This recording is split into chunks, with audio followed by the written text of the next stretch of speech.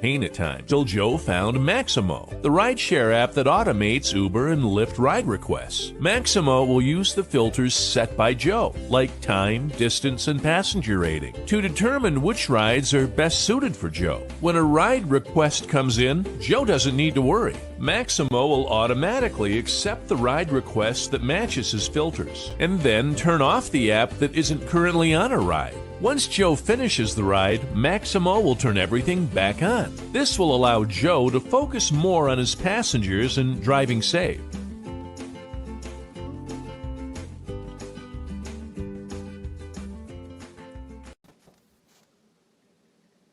Hey, what's up, everybody? Glad you could join us on a Thursday evening. Let's see, what do we got here?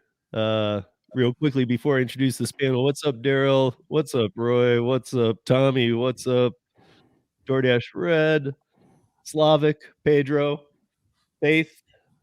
What's up, everybody?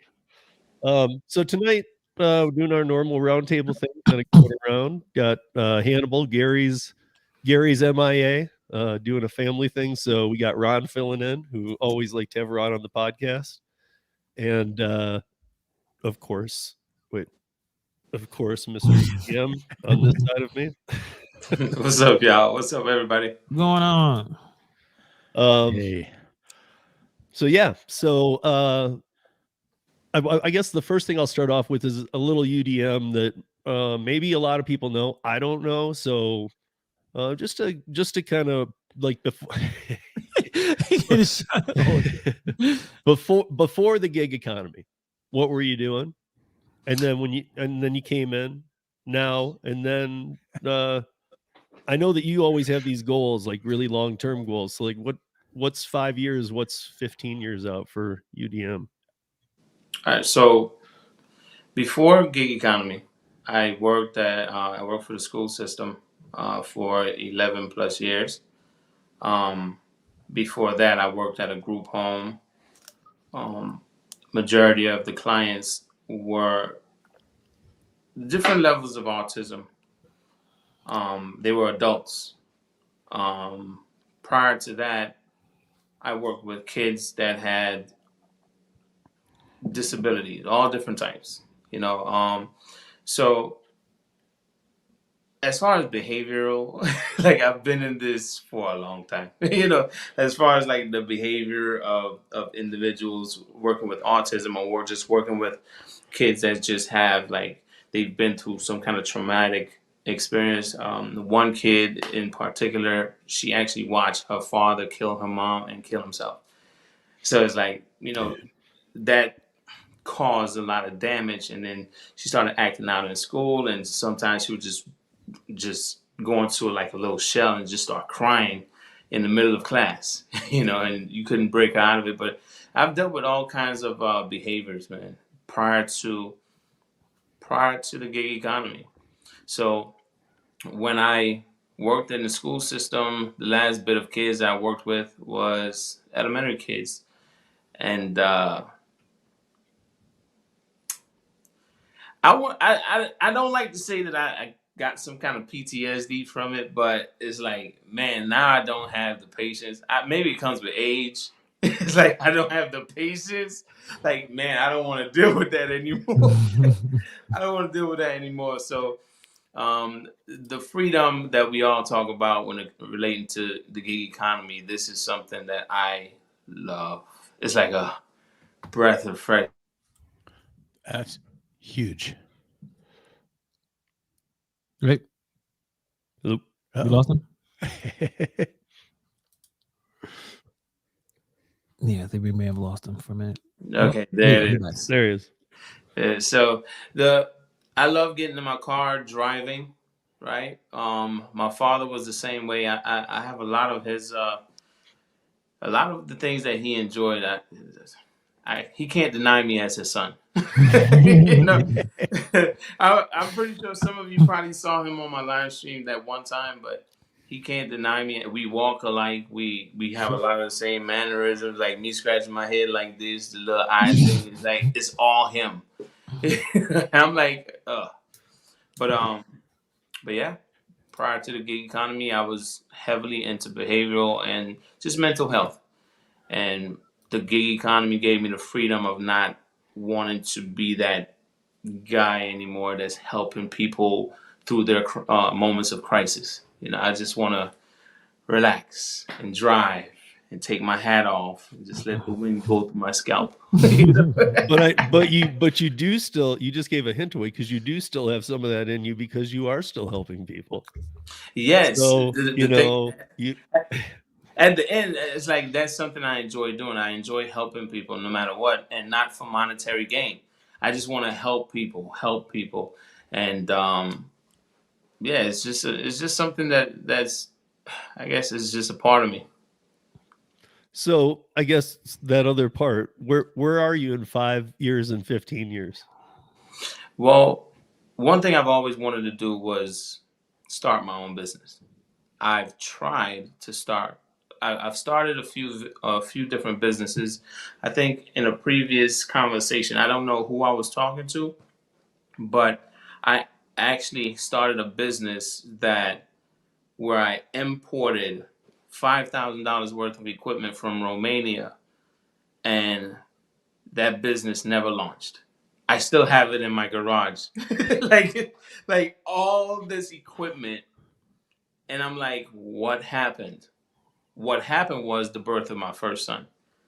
That literally just took all my time, and I'm like, it's still a great idea, but in these times, I don't think it'll even do what it was supposed to do back then. It was just supposed to be like an advertising agency type of thing. That's all I can. That's the best way I can explain it. Okay. Mm-hmm. I just know that you have so many projects going on. It's hard for me to even when I was looking through them, go, he's got this show, and they're all a little bit different. So it's like, well, wait a minute. Like, and I know you have, I don't know, I just know you have so many different facets of what you do.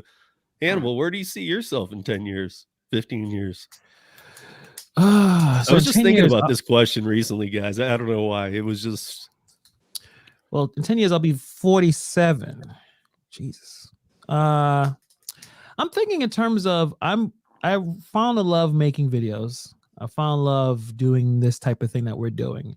And if I can do that full time, I think I'll be good to go. And then eventually something that complements that.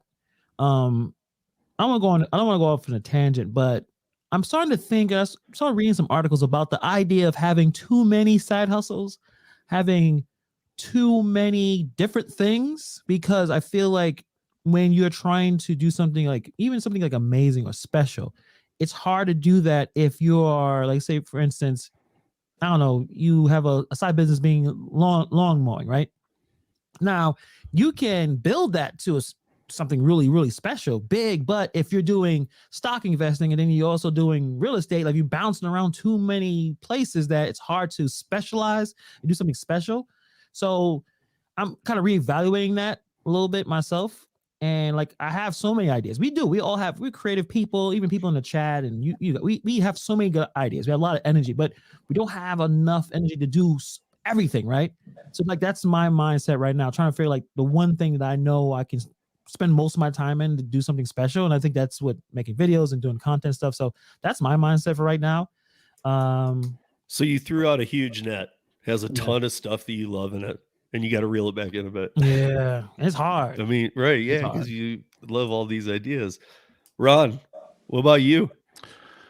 Oh, I don't know. Should I admit how old I'm going to be in 10 years? Well, I'm gonna be, you know how old I'm gonna be too. We talk all the time. So yeah, I'll be 67 in 10 years. So I'll be kicking back in the mountains and just sitting on the porch out in our little cabin out there, and the cabin we'll have that we don't have right now, and all of that. But no, actually, I think I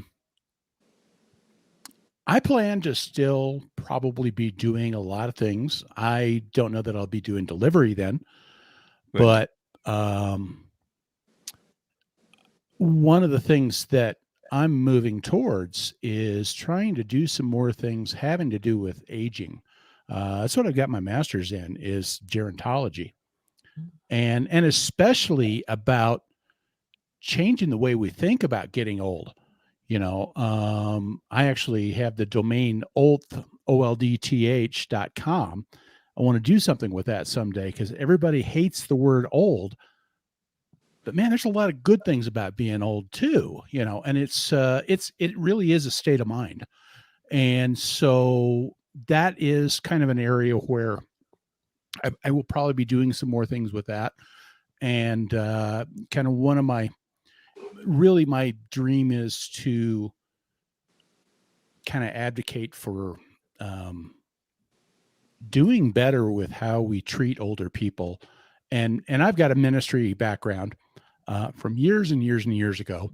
And so that's kind of one of the areas that I want to focus on. So, and it was actually how I started Entree Courier. It was kind of like, okay, I want to do something like this. And it's probably with a website is you can reach so many people today without spending a ton of money. And, because of what the internet does for us. And it was like, I started doing delivery just because the flexibility. And it was like, all of a sudden, man, this is a training ground. I can learn how to do podcasting. I can learn how to do a website. I can learn how to do stuff with that. And I think it grew into more than I thought it would grow into.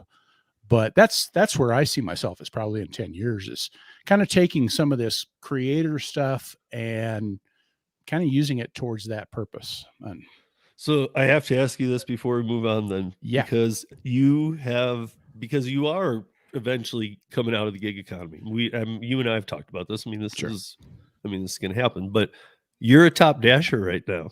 Oh, geez. Come on, man. You were like one of the normal people who were like 8% acceptance. You're a top dasher right now, and you've done like 140 of them. I need to know how it's going. Tomorrow is April 1st. And I'm very tempted to sit there and just reject to get my acceptance rate back down to 0. Okay, so how many rides did you do as top dasher? I just finished it up today. I did a 200 deliveries experiment, accepting every delivery for 200 straight deliveries. And I have tracked like every detail about it. I tracked I know you did. How long they took, how far I drove, how much they were paying. I've got stuff from Para. I've got stats from like about everything. But one of the biggest things that I was trying to do is I kept hearing all these people saying, well, if you're top dasher, you get better orders. Top dasher, DoorDash is going to give you those bigger orders. And, the truth is DoorDash never even said that. They said it in a way that makes it sound like it. They put out a thing that said you get first priority on larger orders. Yeah. But the part that they didn't tell you was that they told us earlier that you get first priority on all the orders. In other words, you get first priority on those $2 orders as well as on those $20 orders. And so it's but and I keep hearing a bunch of guys saying, on Facebook groups and things like that, oh yeah, I know I get a lot better orders. I've had some discussions, I know, with a couple people on Twitter who are still convinced that you get better orders, or they'll, the last 3 days of the month, they'll go crazy taking everything so they can keep their top dasher because they think they'll get better orders with it. And so I've got 100 deliveries that I did where I was not top dasher. And now I've got 100 deliveries that I did where I am top dasher. And probably my next couple of days are just geeking out with the numbers and looking at all this stuff. But that was this is coming. I got to just finish it with this. So the 200 rides, if you had done 200 like you normally always have against these 200. Oh, geez. First of all, where did the money land? Second of all, how many more miles was it? It was a lot more miles. I usually get about, I want to say 0.4 of a mile per dollar earned, somewhere right in that area. So, and it was pretty close to $1 per mile now, so about 2.5 times as many miles for what I was doing. And my profit per hour, because I calculate 35 cents a mile as my actual cost on my car. And so if I take that off, I was at about $14 per hour, Oh, where normally I'm up in the mid 20s. Mm. So it's a huge difference there. huge. And the funny thing is that my profit per hour is probably about 20 cents per hour less as Top Dasher as I was before I was Top Dasher. Like I got a theory. I think DoorDash, when they know you're taking everything, those orders that they can't get anybody to pick up, guess who they're sending it to? Of course they are. They need to be completed. Oh, dude, I had my last one, number 200. It was 11.4 miles for a $4 donut delivery. And it was just like, I was about ready to say, no, I draw the line here. And it was just kind of like, no, this is actually the best one to do because it just kind of cemented the whole thing. It's just, McDonald's is paying $16 an hour. Thanks, Jerry. That's just it. It's like, I don't think people realize how much it's costing them sometimes to take all those orders. My son's 15. He just went and applied at Chick-fil-A here in Northfield or Stapleton, and and he's applying for $16 an hour to start at 15 years old and benefits. 15. Yeah, That's a good start. so It is. Chick-fil-A too, ain't Come that? on, man. Not too bad. I put a video on Twitter. I did a screen record of my first offer that came up after I got done. And it was just like a celebration being able to say, no, I'm rejecting this order. I don't want it. Get that crap off of my phone. Didn't quite say it like Will Smith, I don't think. I guess I'll be- Don't go there. Okay, so I want to shift it a bit here. So I saw UDM. I saw your video. I think it was just a couple days ago. It was like called "This Hits Home" for most DoorDash, UberEats, and GrubHub drivers. It was a 2-minute short video. I'm sure you know what I'm talking about. I agree with everything you said in the video, but my question when I was watching it was, what percentage of the people doing gig work and even hearing that and whatnot, what percent do you think really do it? Really do gig work? Well, no. Really do what you were saying in the video. Really go through and, like, get it now. Do this. I mean, I don't know. I'm just curious because with the, with rates that have increased across the board here and there with the pandemic, all these things, I feel like people are working a lot less, or they're not, even if they weren't working much before, if they had a W-2 and this and whatever, people aren't doing. I don't know. I don't. I mean, obviously, what you were saying about rent. Yes, you have to pay the rent. That's for sure. But are they? I'm just wondering, how many people do you think are going out and getting it when the rent's not due? How many people do you think are really, like, what percentage of gig workers out there? Or how many do you think are just beyond lazy? And I'm not talking about people that we interact with, but just in general, that are just on these apps going, well, I don't think I'll make money with that, and just letting them go by. And then after a month or so saying, yeah, this isn't, and maybe they never even barely worked them. I mean, to me, it's a greater percentage of the people that don't take the app seriously versus the people that take the app seriously. Like, I strongly believe that we are maybe like, and when I say we, I mean the people that do the job. They understand the job, they do the job, and they complete the job. They understand the contract that they signed, the agreement and everything.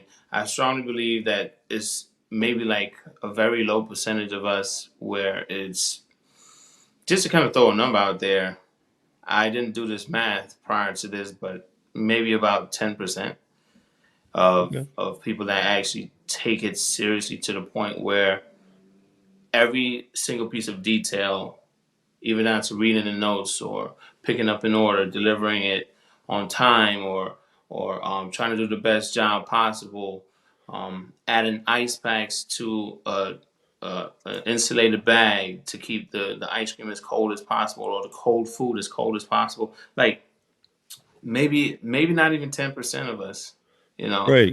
That's kind of what I was getting at. Like, how many people, because you look at it and, like, a lot of people do use it, but in the big picture, look at how few people use Gary's app, for instance. Yeah. For DoorDash. We'll I mean, he's got many, but we'll talk about Duh. I mean, like, look how many people use Gary's app, and that's out of 1.4 million DoorDashers in this country. Yeah. I mean, again, this is your business. We all know this. This is your business. If you don't want to treat it as such and you want to just kind of treat it like a job, like, I think those are the people who get angry, who want to strike, who are like, and it's like, you don't have a job. This is your business. So you really can't strike from yourself. But yeah, I don't know. I would agree with you, if not even smaller, though. I don't, and it makes me wonder how seriously people take so many people take it. So the video, just to kind of respond to that first question you asked me, the video, I like to do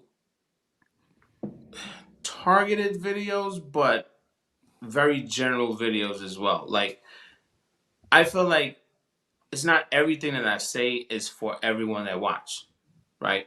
It's for the very small percentage that need to hear what I'm saying. Like, I've looked on channels like yours, Steve, Hannibal, and many other channels out there, and I've seen people in the comments leaving comments like, "Man, I got sick of it and I went home," or "I'm a full time, but it sucks so much I got to go back to a W-2." You know, I see these comments very often, and a lot of times it's not by the same people. So when a person thinks like, "Oh, it's just gonna be cake and ice cream," I'm just gonna sit here, I'm gonna wait for an order to come to my phone, and I'm just gonna decline, and I'm not gonna get frustrated because they're gonna eventually send me something that's worth taking. With the times, with the gas prices going up and everything, and the amount of lowball offers that just kept on coming to people's phones, I feel like the frustration built up literally came out, and people were going back to W-2. People were talking about, "Man, I'm going to get a W-2 until the gas prices go down." So that video was to kind of help people understand generally, not to target the 10% or the lower 10% that knows what they're doing. It's like, listen, you got to hustle. If you want to be in this, you got to hustle. You got to understand that this is what it takes. And I know the feeling of something is coming due, and now you gotta hustle to try to get that. So why wait until you're backed into a corner to get that kind of drive to go out there and get it? Like, no, do that now so you don't have to wait until you're backed into a corner. So it was a very general video. But I took it in a lot of different ways, and I guess that's what you're saying. Each person his own, how he takes it. Because I also took it in as the gig workers who are out there making a ton seem to, and again, guys, this isn't a rip. This is just a general statement of what I see. Don't seem to be long-term planning. Not really. I mean, it's more of, I'm killing it right now, I'm going to go buy some extra stuff. You know, I don't know. I don't really, you know, like Bud Soda is a good example of somebody putting money away. You know, he's going for that 100K. What makes you think that, though? Because even the best gig workers I know, who, like, here in Denver, Ron knows some of them too, that are going to make $3-4 grand a week, or, you know, whatever they're going to make. And they will jump on the bandwagon from here and there about, like, well, I'm not making enough. And it's like, well, I see some of those people I even know, I see them spending money. I see them trying to live better. And that's a good thing too. I mean, I know that can't be disregarded either, because living in the here and now, who knows what tomorrow's bringing? That's a whole nother conversation. But I don't see people. I mean, I'll tell you right now, Ron and I were talking about it right before you guys got here, was that, like, you know, there's still a lot of people who, whether they say it or not, don't have their taxes done. You know, my fiance Marissa's in here right now, and she does gig worker taxes, and she can tell you that a lot of these people don't have them filed right now. We tend to procrastinate in certain things you don't want to do, and the taxes is definitely something that, you know, you don't want to do it. But of course not. When you think about it, though, Go ahead. No, I was gonna add in at least a little bit about I guess expectations, also planning in terms of doing gig work. And I think people that's in the chat, people, you guys, obviously there's a level of detail that you guys approach everything you do. And I think many people, going back to that question, how many people are really in it, right? Like who's really here to make that kind of money and really going to, take the effort, the pride of their job. And I think there's a lot of I believe there's still a lot of hard workers out there, right? Oh, yeah. I'm in New York City. There are a lot of people doing 12 hours on an e-bike in the rain, in the snow. Yeah. These people are hard working. I remember I just every Monday to Friday I walk one dog named Biscuit. He's in a really nice building, door people. I got to get a key. I got to give him my ID, the whole 9 yards. And again, one day, got in the elevator, I saw a mother and her child. I'm thinking they live in a building or something like that. But I noticed she had a phone in her hand and she had a McDonald's bag. She was doing Uber Eats. She had a child in a stroller and she was still delivering food. Like there's a lot of hard-working people. The idea of taking your child, I'm sure she probably has to put them in the car and take just to make a few dollars. Like there's some hard-working people, but smart workers, like people either planning stuff out or understanding how the apps work, coming on, checking YouTube, checking the forums, understanding how to maximize everything. Not a lot of, that's probably a smaller amount of people. Smart workers, people who probably should be had their taxes taken care of. I guess I'm not one of them because I'm still waiting to do mine. But that kind of approach is like, that's the ideal, doing it smartly. You're not just running out there. You're looking through your numbers. You're checking everything out to make sure you're not wasting your time. We need more of those. But let's be honest, if everyone was smart, right? Like in terms of just really understanding everything about the apps, DoorDash as a company wouldn't exist. Uber, they won't be. They need people who are not to say that's one of the ignorant, things I guess, right? Like that's the word, ignorant of how things really work to keep the business working the way it is right now. So let's want to add that in there. And one of the examples I want to use, and Hannibal's heard this before, but UDM, maybe you've never heard me use this example because I've done a ton of rideshare. So it sucks when I want to go out for the night, have some drinks, take an Uber downtown, catch a concert, something, hit a bar or two, come back, take an Uber. And then let's say one of those Ubers is great. Let's say one of them is the guy's house, his dirty laundry, stepping on McDonald's bags in the back. I mean, it's like this pride in this work thing. I just feel like a lot of people, I guess with food delivery, that doesn't show as much, but I still would rather, I'd at least like to think that my delivery drivers have clean cars, take care of their stuff like I always did with rideshare. I basically ended every night with filling up with gas and cleaning my car. And I think it's just a pride of your work too, though. But it's almost the same thing as customer service, right? This is the customer service industry, right? We have to take pride in what we choose to do. Like say, for instance, if you go to the restroom, like a few years ago, Auntie Curry, I know you remember this about the Dasher taking his Dasher bag into the bathroom. Oh, yeah. So it's like there's certain things that I feel it doesn't click with everyone. It's like this, like why would you take it into the bathroom? To us that have experience with customer service, like we know that's unsanitary. Why would you do that? Okay, let me leave it on the counter, right? There's other places we will leave it, even behind the counter with an employee. Hey, can I leave my bag here really quick? I want to run to the bathroom. At the same time, there are people that go use the restroom and don't wash their hands, and they're handling food, and not just drivers, right? But one thing that irks my nerves is when I see restaurant staff with gloves. And they're literally touching everything, and then they're handling the food. like touching the dirty register, and then grabbing the food. Yeah, I know what you mean. Right. So it's like, at the end of it all, I feel like it's the level of customer service that the level of customer service experience that you have. If you have none, then you're gonna act as such when you go out there. You're not gonna know what is right from wrong until someone checks you.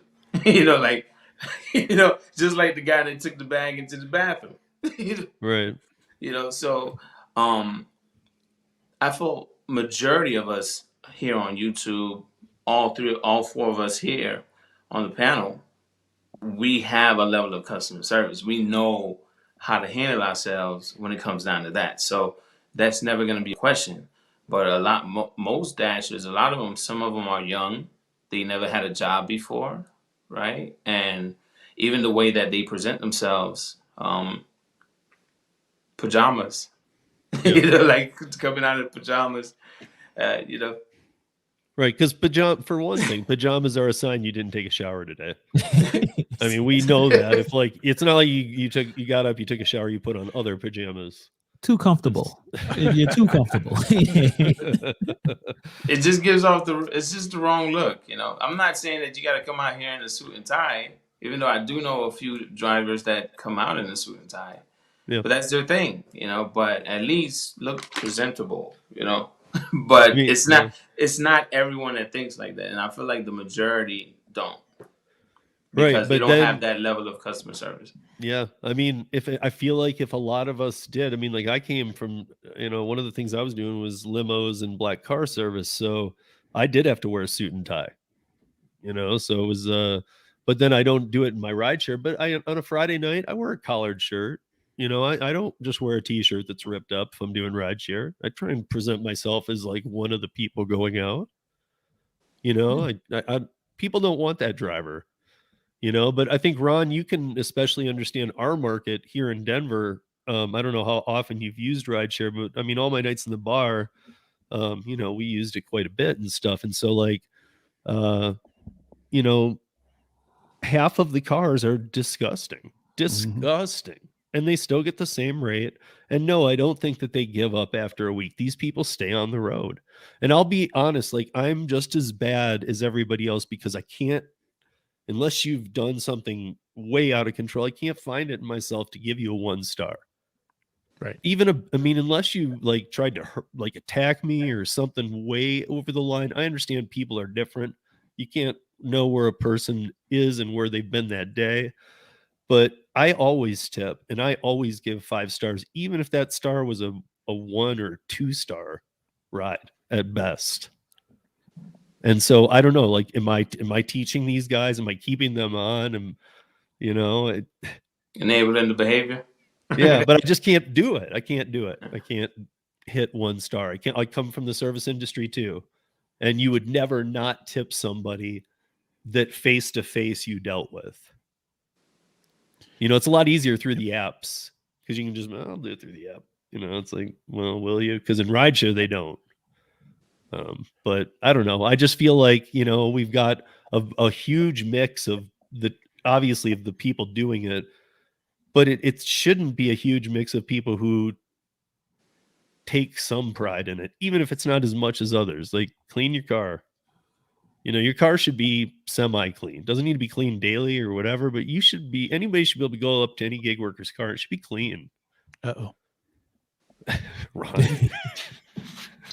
Steve. It just throws it in there just briefly. Yeah. Go ahead. You brought up a good point about still tipping, even if the service you are receiving isn't what you think you should have, like the standard, right? I had that, I think I was on Twitter. Someone wrote this down. They were saying, even if you're at a restaurant, when we're talking about restaurant, like you're sitting a dining experience, it's not exactly the way it, the standard. Maybe there's something, things either late or there was some rudeness or something where, you didn't have the best dining experience. And this person said you should always still tip the 20%. And if you have a problem, contact or go to the manager but always tip. I wonder if you have that same idea. If you had a really bad experience at that restaurant, do you still tip?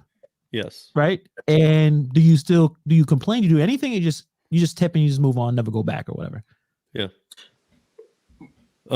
Because I, working in the bar industry too, I know, but if I go out, I'm going to tip 20% to everywhere I go. I know, because I know that food could be backed up and they need to deal with that first. So you're not seeing them as present and you're thinking, what, they're doing a horrible job, but it's just slammed, or, you know, your bartender's getting worked or whatever. I mean, so many different factors. They could just be slow that day. They still deserve the tip. Things just get out of control sometimes with the volume.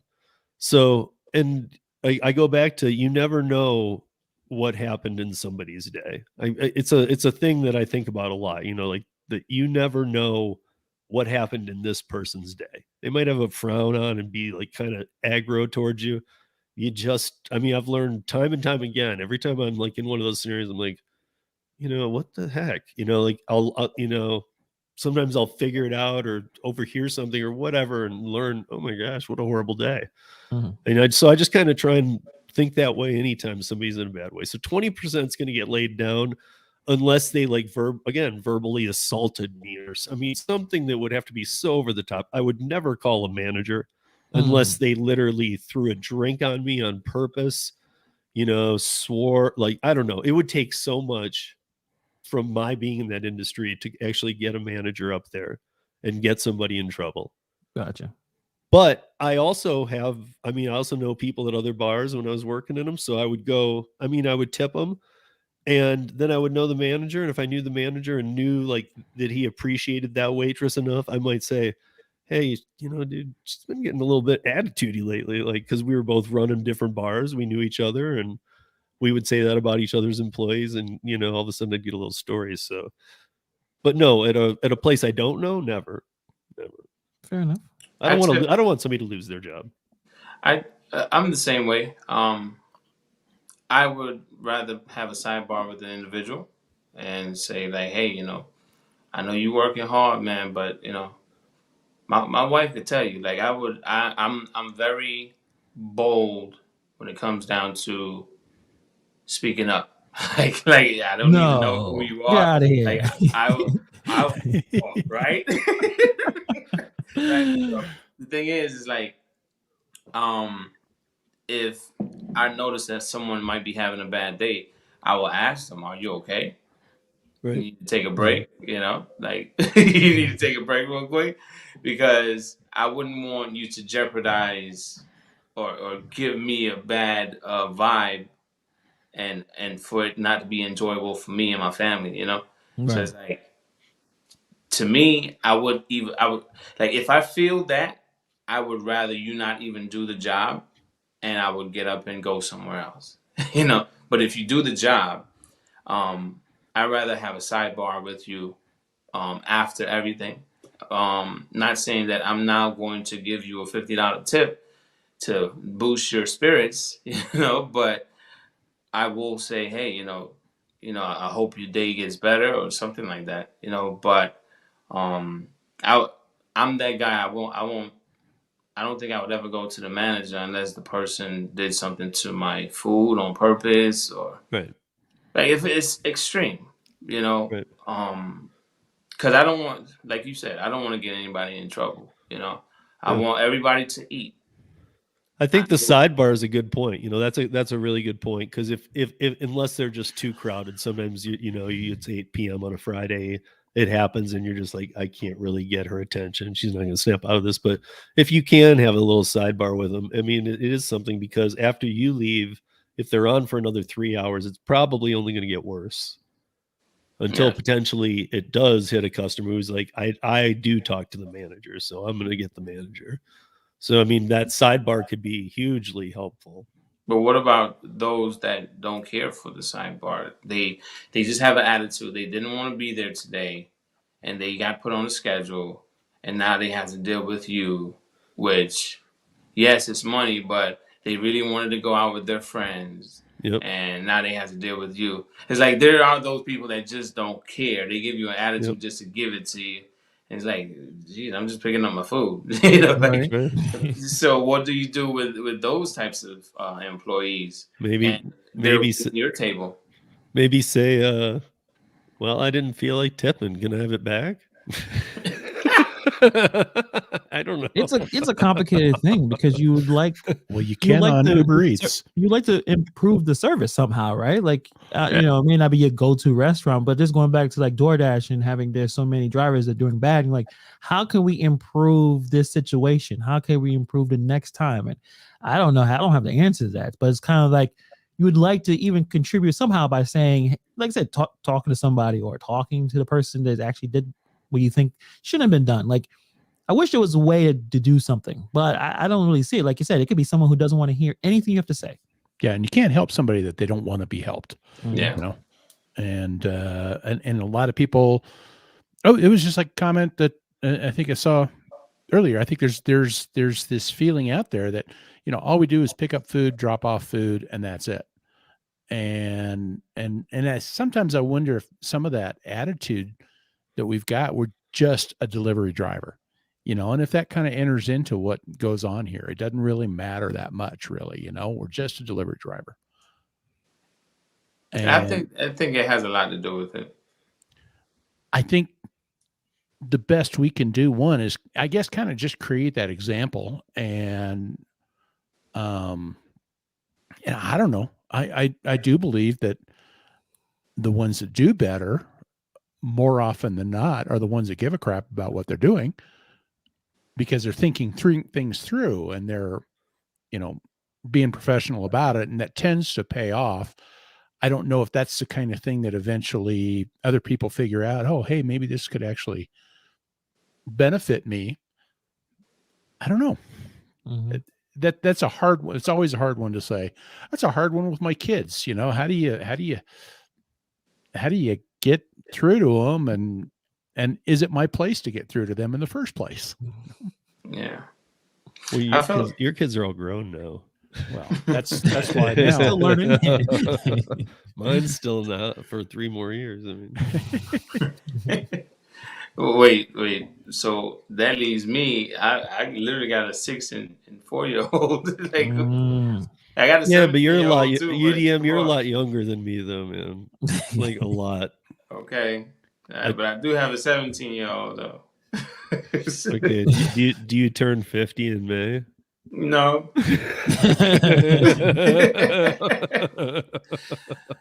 In spirit, I've been told I have an old soul. Okay, so Hannibal, I this is the last time I want to even round around this question.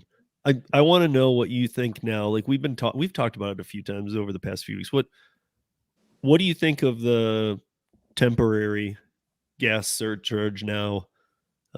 How it's going, and I think, and I know your thoughts. Like, it shouldn't have happened in the first place. I think, to me, it feels like it's status quo.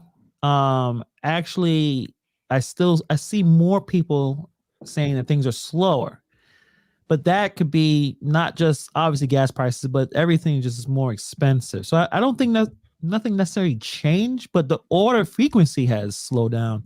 But it depends on the market. But from here in New York, I've heard more people saying things are slow.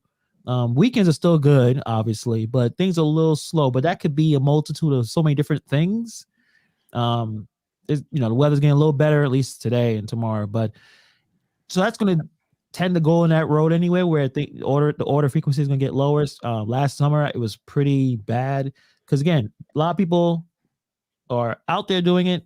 There are a lot of people ordering, but at the same time, they're not ordering. So it's a whole thing. So in terms of the gas stuff, I think it just went to status quo. It's expensive. If you can still do it, do it. I filled about my gas tank. I spent about $71. So, preferably, I would rather do a job where I didn't have to use my car, right? Just to ride this out. So it really depends on your position. $70. I'm looking at it. I'm looking at the number. I'm like, I can't believe it's that much. I just can't believe it. Right, but is the 10 ride share trips or deliveries you did, is the $5 really making or breaking you if it's 65 or 70? No. I think it's just the idea that, if you were doing well before this, you're probably still doing it. If things were bad before this situation, you're not doing. You know what I mean? So that's why I think things are just status quo. I don't think it made a big difference, but people are still going to take it. You know, they're going to take you're going to give me $10, fine, but I don't think it made a significant difference. It was just a nice PR play by these companies. That's about it. Yeah, Ron, what do you got? You know, I mean, and I've Well, done you've the been math doing on Top it. Dasher. It actually might have been helping you. I don't know. Well, you know what? This was the stupidest time to try this 200 straight deliveries. It was a dumb time to try this experiment. But, you know, when I do the math, though, it just, unless you're in one of those areas where it just got really extreme, you know, $3 extra or something like that, you know, here in Denver, I don't think it's even topped over $1 really, at least this year. I know compared to when it got really crazy cheap a year and a half ago, that's a different story. But I think that was kind of an anomaly because of the pandemic. But when you add it all up, I think as far as what it is, what they're giving us, it tends to pay for the increase, but doesn't do any more. You know, with DoorDash, if you're not driving 100 miles, you get nothing. If Right. you're full time and you're driving a lot of miles, you don't get that much because they cap it out at 225, Yeah. you know, before they're doing anything. So I like the way that UberEats is doing it a little bit better. But, you know, I think the flip side of it is that I'm a little nervous, you know, if they start giving us too much and charging the customer, then either they're going to lower their tip recommendation so it doesn't look like they're jacking the price up on them. They did that in California with Prop 22, and or the customer's going to tip less. And so, you know, I think there's good and bad with it or something like that. But I agree with Hannibal in that, you know, there's the guys that are doing well are going to continue to do well. And yeah, because honestly, you know, $1 a gallon is still, you know, even in my SUV, you know, it's still like 20 cents a delivery is all it is. I mean, that 20 cents adds up after so many deliveries, but it's not like all of a sudden it's going to bankrupt us or anything like that. Nope, I don't think so either. But I do have something. But UDM, what do you think about it? About the gas bonus? Yeah, I mean, do you Well- think that this is something that people, wow, they're doing this for us, or? Well, to be honest, it's not a wow thing. It's like a few years ago, I said to myself that, okay, I need to provide solutions, right? And being caught in that solution experimental state of mind, right? It's like more like almost like how Kim would say it. It's better than nothing, right? So it's like I will always look at it like it's better than nothing, but I'm gonna get my money regardless, right? So it's something that I'm like, it's almost like the tip on Uber. When you're done with the delivery, you see $3, $2, however much you got paid for the delivery. But then when you were expecting a $10 tip, but then it jumps to $20, like, whoa. You know, it's like it's almost like the same thing with seeing these bonuses add up on the Uber Eats app, and then you see a little heart, and you see you got an extra $5. Like, wait, $5? How many deliveries I did? Like, you know, now I'm calculating and everything. Even though I calculate towards the end of the day anyway to see how much they're gonna pay me and to see if it's gonna be correct or not. And I've noticed that sometimes I get a portion of it today and then the rest of it like tomorrow or the day after that and whatnot. But again, it's just more like it's better than nothing. For those that don't know how to get their money, I can see how this could have been something that it's just it's just all around terrible. Now, to compare the two main ones, I've even seen a GrubHub one that is paying the least of all the three. Yeah. So I'm like, yeah, Uber at least Uber Eats, they're paying per delivery. They're giving us something per delivery. And I did my whole video, and that video was to help people see that if they do it in the manner that I mentioned, they could literally have a free tank of gas for the whole week. But that's for people that would do it as much as I do it. You know, a full-time driver. But then again, those that don't drive as often, yeah, it was just terrible. Like, who wants 45 cents? 45 cents. Oh, I saw the complaint of, man, I spent $50 at the pump, and you're giving me 45 cents. That's trash. I don't want that, right?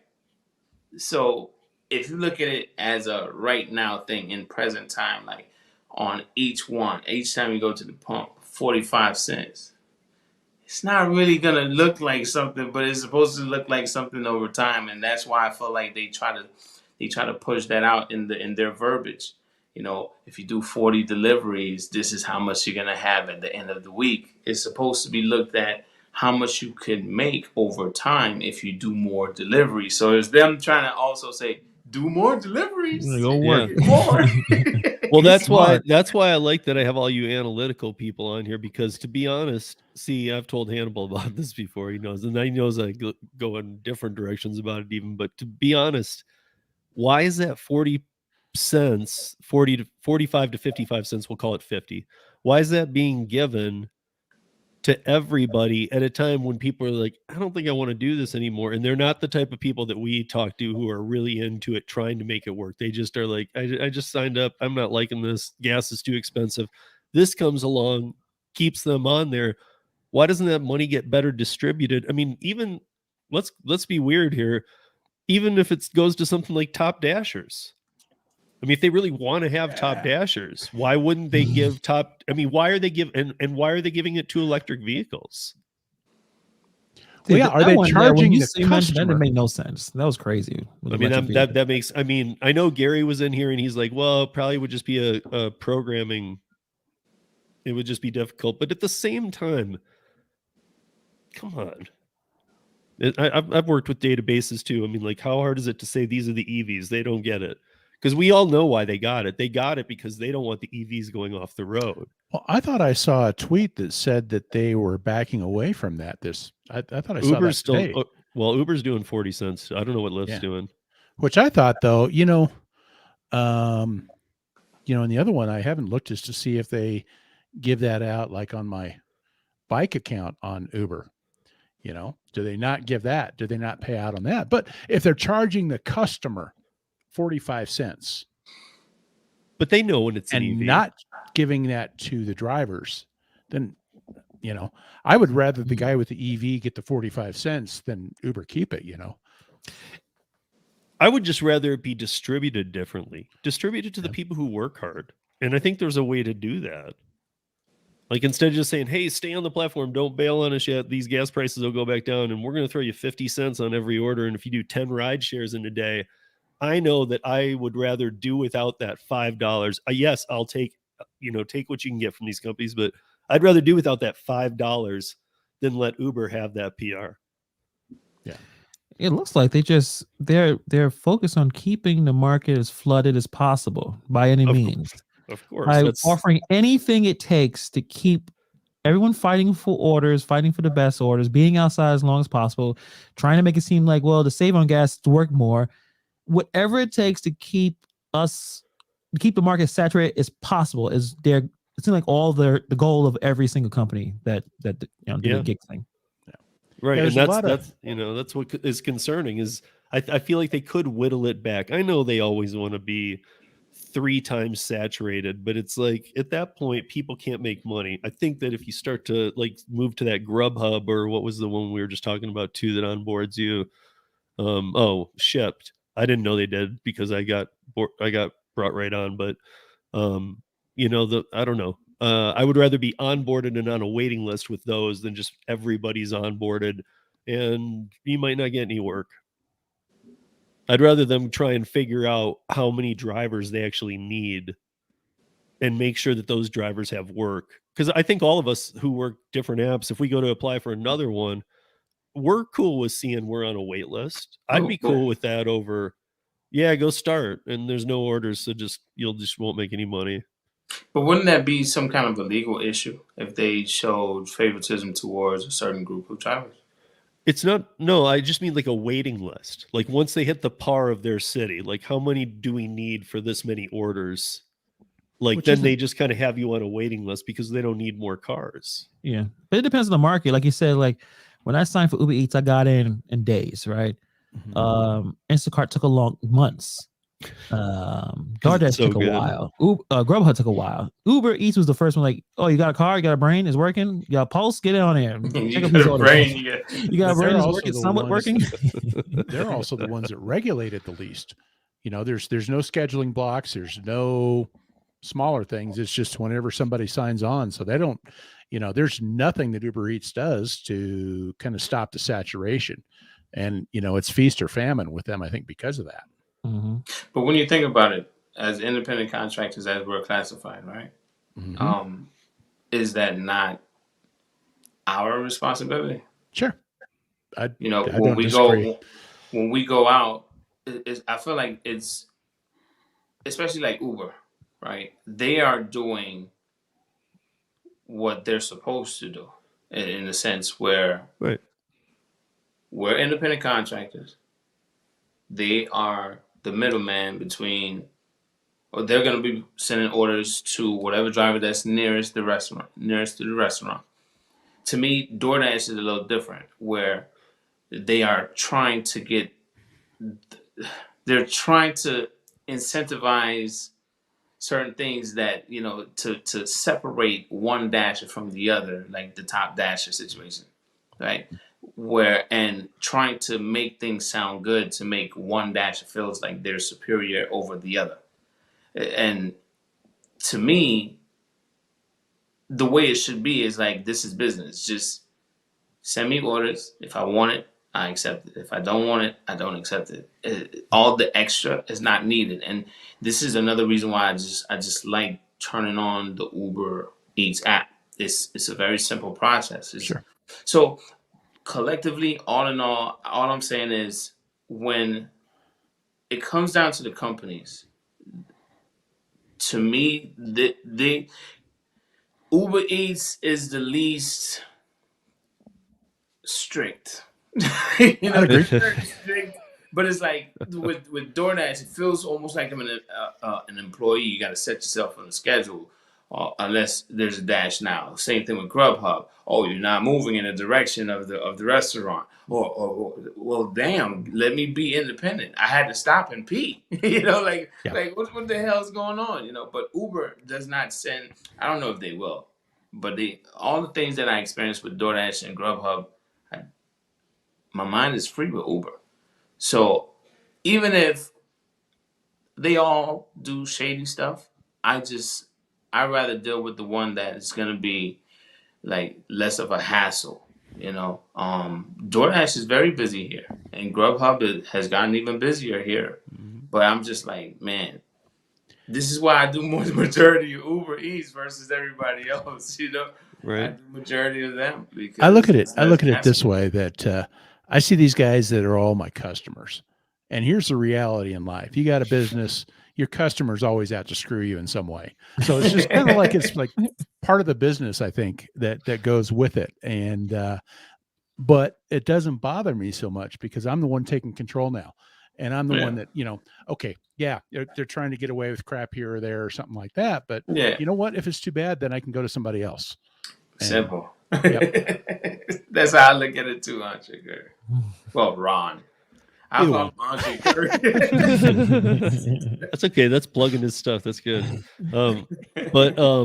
Okay. So I got a last question here since we're at about an hour. So obviously, I think that every one of us, especially like this panel specifically, all agrees that the gig economy is going to go through dramatic change. It's not going anywhere, but it's going to go through dramatic changes quicker than it has in the past too. There's going to be Ron and I talk about a lot of the legal stuff and the laws coming down the pipe. But do you think that when these changes over time, I'm going to give you three answers, and one of them is, if any of you answered, I'll be shocked. But if to get to this, whether we like it or not, do you believe it'll be done out of the goodness of the company's hearts, regulations that must be followed that are agreement regulations, or state and federal law that takes away the ability to be a true independent contractor? Well, it's never coming out of the goodness of their hearts. I can promise you. That one you can. I was hoping nobody. I just had to add a third in. So Now, if somebody figures out that there's a good business case for it, and I've theorized before that I think somebody could actually do an employee model and probably do all right, because then they get to control the process. And here's the problem right now is you got UberEats, you got GrubHub, you got DoorDash, and they're all copies of each other as far as the customer is concerned. It's all pretty much about the same model, and it's hit or miss whether or not you're going to get your delivery. And sometimes depending on how much you're paying. But the problem is they can't force anybody to take the delivery, so nobody can guarantee a good customer experience. And I kind of wonder if somebody could figure out logistics, if somebody could figure out how to make things work really efficiently, they could probably do something with an employee model, because now they can control, now they can say, you can take this delivery or something like that, and possibly set themselves apart enough to be able to do well. And if somebody figured that out and did that, I wouldn't have a problem with that. I would never work for them because Right, exactly. I don't want to be an employee. But you had a kind of a genius idea too about food truck, or not necessarily food trucks, but like centers. yeah, I don't know what I don't remember what you called it, but like hub and spoke. Yeah, hub and spoke. So, the restaurants in a certain area would all bring it to this spot. It would be sorted. The drivers would pull up. They'd get everything. Yeah. So for a territory, there possibly would be like then you could handle 3 or 4 deliveries because you're getting them all right together or something like that. But it would just take some incredible logistics that the tech would have to be great, which kind of rules everybody out right now as far as making that work. But I don't know if was it they had a nomination for part of the Department of Labor that got shot down. And so I'm hoping that that's kind of a signal that this whole PRO Act thing, trying to force that independent contractor model across everywhere, isn't going to go anywhere. But I think you and I, Ron, were 2 of the people talking about it when people were thinking we were Chicken Little, claiming the sky is falling. But really, we were talking to some real insider people, and we knew how close this actually all was. And a lot of people were I almost felt like the Matrix thing, and I felt like I wished I had taken the other pill, because I didn't want to be that in the know about how close this came to 59 million workers not being able to be independent contractors anymore. And that can still happen too, But not as right. It was real close though. Yeah. Yeah, it's real close. It's this mid-year election is probably going to say a lot. Mm-hmm. But it's still, they're trying to find all sorts of different ways to get it out there. But here's the problem though, is that UDM, you're talking about like some of the games that DoorDash and GrubHub play that kind of make you feel like an employee.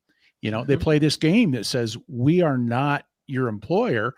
We're doing a business to business relationship, but they still try and treat you like an employee. Right. And the problem is when they play that kind of games, they're giving these people ammunition, Yep. They are giving all these people the reason to say this. And the reality is going back to what we were talking about way early on about just this attitude and people not taking it seriously. And I know, I think just about everybody said this, that if people actually knew and paid attention to what they were signing on for, these companies would never get enough people to sign on. Right. They'd never get enough people, because if you realize that you're doing this as a business, if you realize you got to take care of your own taxes, if you realize that you're probably not covered by insurance, all of these different types of things, it's like, oh, wait, this is not what I thought I was getting into. I thought I was just trying to make some extra money. The lack of education. Yeah. Like a lot of us come, like I say, my first couple of years, not even first couple, like the first year, I didn't know what I was getting into at all. You know, I did sign up for Lyft rideshare, and they had to do a whole inspection, and they said I had to put my car in the body shop. I'm like, just to start, I was just looking for a job at the time, you know. So yeah, coming into this work, I did not have much knowledge about what I was getting into, and I know majority of the drivers out here, they do not know Yeah. what they can and cannot do. They You don't. s- Well, a lot of them don't read the terms and conditions or just their contract Exactly. that they're signing. So, Yep. this And- video, I did a release of a Throwback Thursday video that is going to be something I'm going to be releasing regularly. But there's another video that I'm going to be doing where at one point drivers felt like you would be deactivated for a low acceptance rate. Right. And it's like, how? You know what's funny with that is that when I started driving rideshare, you could be deactivated, even though it's that questionable ground. Here in Denver, if you went underneath 80% in 2015, you were done. You had to stay above 80%, and it wasn't a joke. They just turned your app off. You were done. But I would feel like they use a different thing. Like, say for instance, just really quick, if I offer you a job and then you say you want it, and then you show up, but then you're not doing any work, did you really want to work? So I feel like they use something like that. Like, well, you're not accepting anything. Why are you here? you know, like, Right, but this wasn't you signed even up. You said you wanted to work. You said you wanted to work. You signed the agreement and everything. Oh, they froze again. No. Oh, you love? Wait. There's a real good picture of them right there.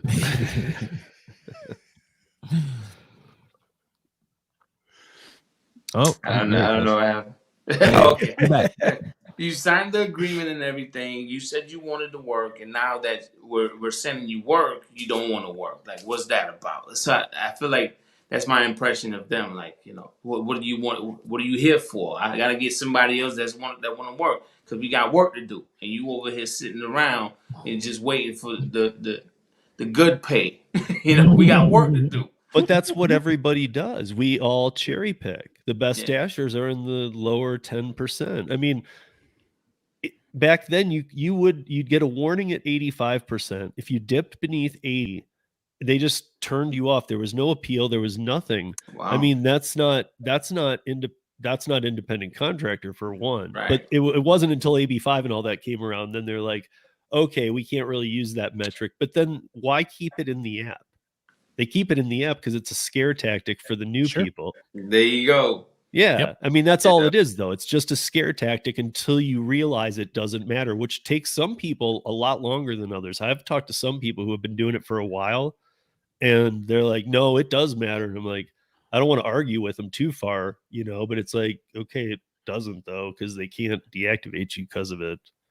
But And I think that because they do all that stuff, that's part of why a lot of people will look at that and say, yeah, you guys really are using employees. You should be paying them as employees because they're playing that whole employee-employer game, but trying to pretend that they're not playing that game. Yeah. But when you think about it, though, I'm not taking their side when I say this. It's just when you think about it, when you come into this new style of delivery, this new thing, right?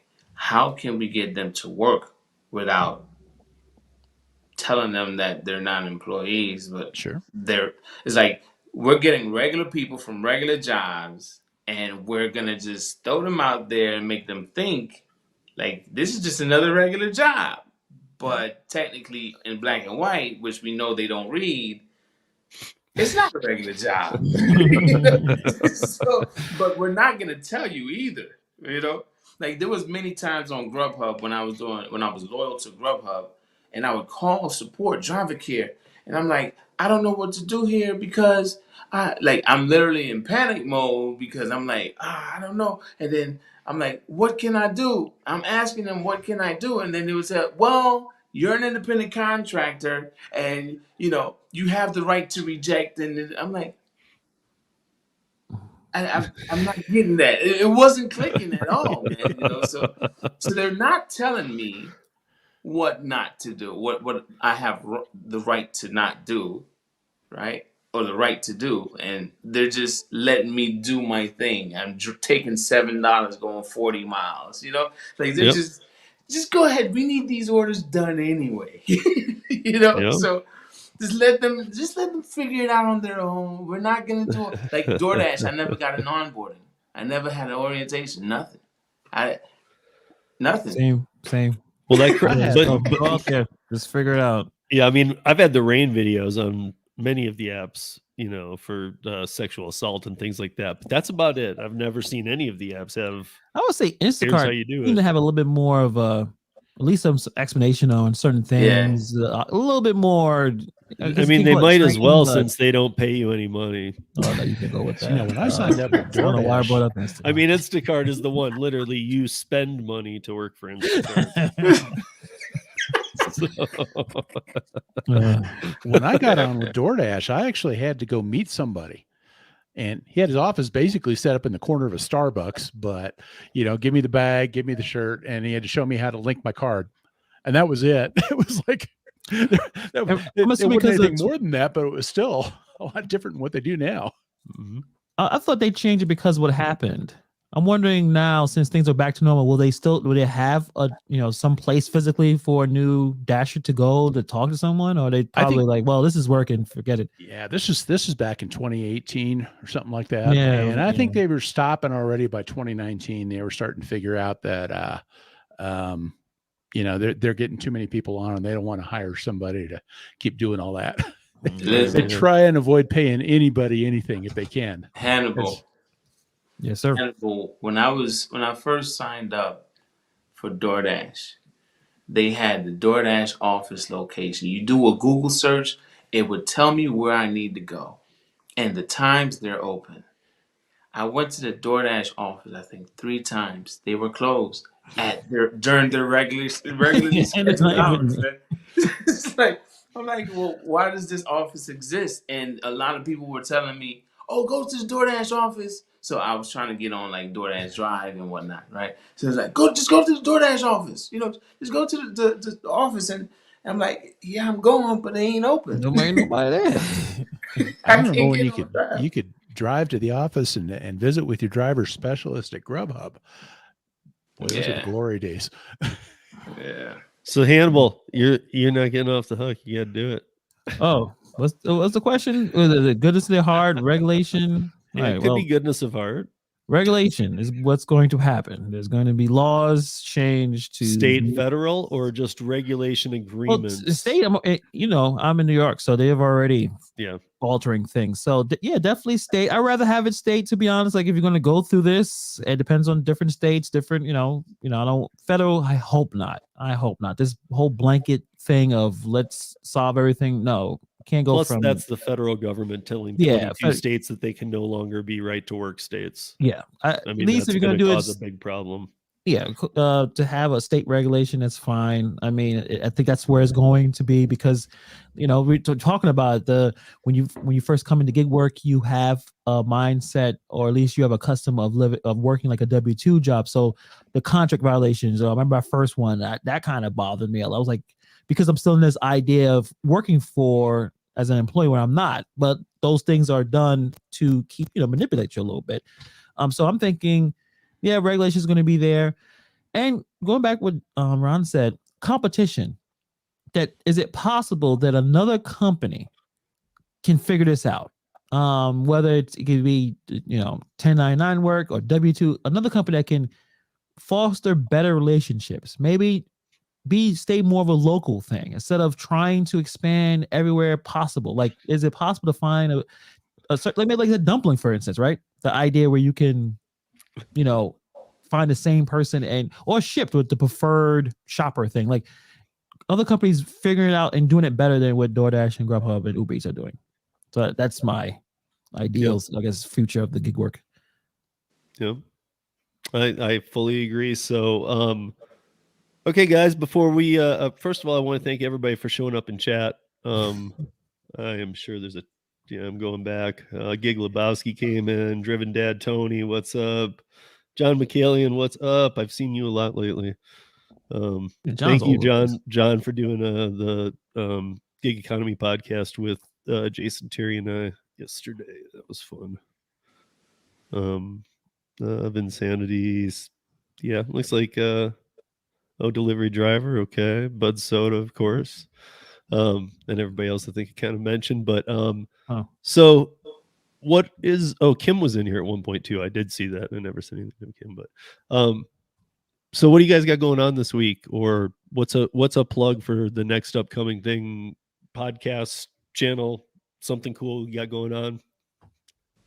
Well, for me, I think I have something interesting to start, but I'm not going to announce it yet. I'm just in the thinking of it, but I'm having another video coming out probably next week. I'll be live on Saturday.